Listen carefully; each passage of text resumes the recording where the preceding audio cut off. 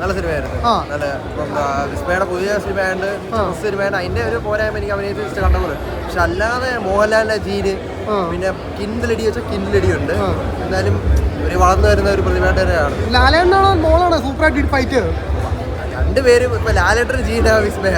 അപ്പൊ പിന്നെ നമുക്ക് അങ്ങനെ പറയാൻ പറ്റും. രണ്ടുപേരും അടിപൊളിയായിരുന്നു. ഉണ്ട്. ഫസ്റ്റ് ഹാഫ് കഥയിലോട്ട് വരുന്ന കഥ പറഞ്ഞു പോകുന്നു. പക്ഷെ സെക്കൻഡ് ഹാഫിലാണ് മെയിൻ ആ ഒരു റൊമാൻറ്റിഫിക്കേഷൻ അല്ലെ ആ ഒരു ഹൈ നമുക്ക് കിട്ടും. ലാലേട്ടൻ അടിപൊളിയാണ്. ലാലേട്ടൻ പിന്നെ പറയണ്ടല്ലോ, കുലിക്ക് ലാലേട്ടൻ ഒരു കില്ല സീനുണ്ട്. എങ്ങനെയുണ്ട് ലാലേട്ടൻ്റെ മകളൊക്കെ? എങ്ങനെയുണ്ടായിരുന്നു ലാലേട്ടൻ്റെ മോള്?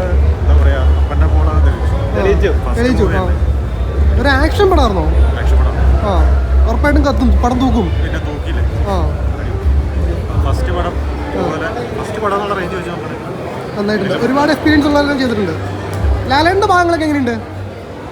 ക്യാമിയോ റോളാണ്. പക്ഷെ ക്യാമിയോ എന്ന് പറയുമ്പോൾ കറക്റ്റ് ആയിരുന്നു. തിയേറ്റർ കത്തിച്ചു ലാലേട്ടൻ. അടിപൊളി തുടക്കമാണ്, കുഴപ്പമൊന്നുമില്ല. നല്ല സൂപ്പർ, എൻജോയ് ചെയ്തു. ഫസ്റ്റ് തൊട്ട് ലാസ്റ്റ് വരെ എൻജോയ് ചെയ്യാൻ പറ്റുന്ന പടം, കുഴപ്പമൊന്നുമില്ല.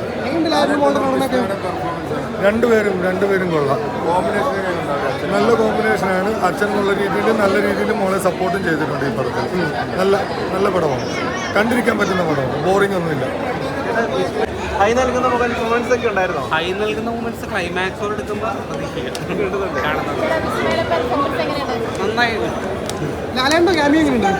ലാലേട്ടൻ്റെ ക്യാമിയോ നന്നായിട്ടുണ്ട്. കുറേ നാൾക്ക് ശേഷം പഴയ ഒരു ലാലേട്ടൻ്റെ സ്റ്റൈൽ കാണാൻ പറ്റിയ വിസ്മയുടെ ആക്ഷൻ സീൻ അടിപൊളിയാണ്. ലാലേട്ടന്റെ എൻട്രി